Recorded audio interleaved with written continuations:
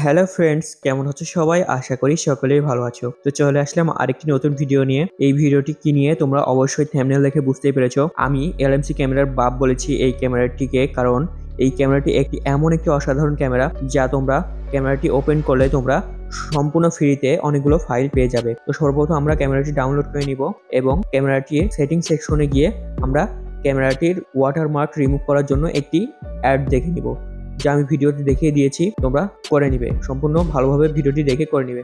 তো তারপর ক্যামেরাটি ওপেন করে আমরা একটি স্কাইয়ের দিকে একটা ছবি তুলে দেখাবো এবং ফাইলগুলো ইউজ করে দেখাবো। তো বন্ধুরা দেখো, সম্পূর্ণ ফ্রিতে তুমি এই ফাইলগুলো ইউজ করতে পারবা। একদমই সামনেই তোমার ফাইলগুলো চলে আসবে। তো আমি একটি ফাইল ইউজ করে দেখাচ্ছি, দেখেন বন্ধুরা কত সুন্দর স্কাই চেঞ্জ হয়ে যাচ্ছে।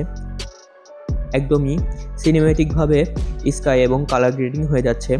তারপরে বন্ধুরা দেখেন কত সুন্দর স্কাই, মেঘের কালার সুন্দর চলে আসছে। বন্ধুরা যদি এটাতে স্যাচুরেশন কালার গ্রেডিং একটু বেশি হয়ে থাকে তাহলে আপনারা কম বেশি করে নিতে পারেন। তারপরে মেঘের অপাসিটি কতখানি আপনারা রাখবেন সেটাও কম বেশি করে নিতে পারেন। দেখতে পাচ্ছেন বন্ধুরা একদমই প্রিমিয়াম হাই কোয়ালিটি ভাবে আপনারা ফটো শ্যুট করতে পারবেন।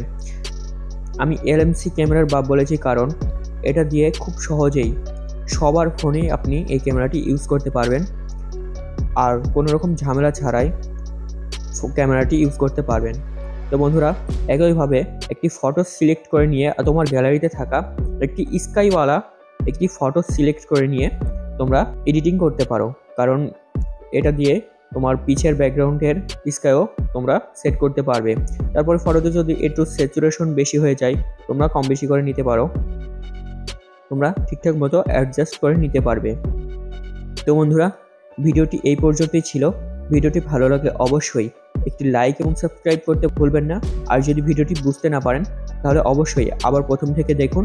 সম্পূর্ণ ভিডিওটি ভালোভাবে দেখলেই একদমই ভালোভাবে বুঝতে পারবেন যেভাবে ক্যামেরাটি ইউজ করবেন। কোনো রকম ঝামেলা ছাড়াই এলএমসি ক্যামেরাতে অনেক ঝামেলা হয়, তো এই ক্যামেরাতে কোনো রকম ঝামেলা হবে না, অবশ্যই ফ্রিতে ব্যবহার করতে পারবেন। ধন্যবাদ।